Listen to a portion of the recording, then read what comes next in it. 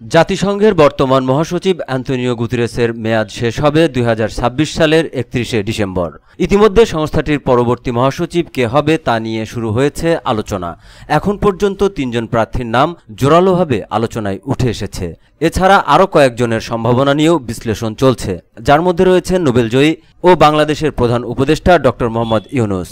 জানা গেছে, জাতিসংঘ মহাসচিব পদের প্রার্থী নির্বাচনের আনুষ্ঠানিক প্রক্রিয়া চলতি বছরের শেষ দিকে শুরু হবে। সাধারণ পরিষদের সর্বশেষ তথা ৮০তম অধিবেশন থেকেই নতুন মহাসচিব নির্ধারণ নিয়ে আলোচনার সূচনা হয়। ধাপে ধাপে আনুষ্ঠানিকভাবে প্রার্থীদের নামও প্রকাশ্যে আসতে শুরু করে। চিলির সাবেক প্রেসিডেন্ট মিশেল ব্যাশেলে, আর্জেন্টিনার মারিয়ানো গ্রোসি ও কোস্টারিকার সাবেক প্রেসিডেন্ট রেবেকা গ্রিন স্প্যান ছাড়া আরও বেশ কয়েকজনের নাম সম্ভাব্য প্রার্থী হিসেবে আলোচনায় রয়েছে।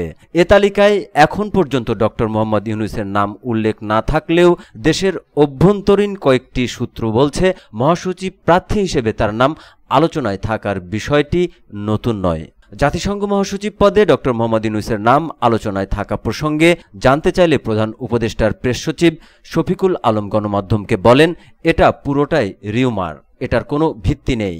জাতিসংঘের মহাসচিব নির্বাচন বিষয়ক প্রচারমূলক ক্যাম্পেইন অনুসরণ করে দেখা যাচ্ছে, জাতিসংঘের মহাসচিব পদে কে আসছেন এ প্রশ্নটি বৈশ্বিক কূটনৈতিক অঙ্গনে এরই মধ্যে আলোচিত বিষয়ে পরিণত হয়েছে।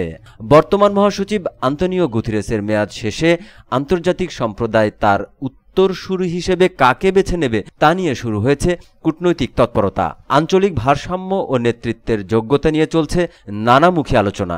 এক্ষেত্রে অভ্যন্তরীণ মহলে ড. মোহাম্মদ ইউনূসের নামটি বলছেন বাংলাদেশের অনেকেই।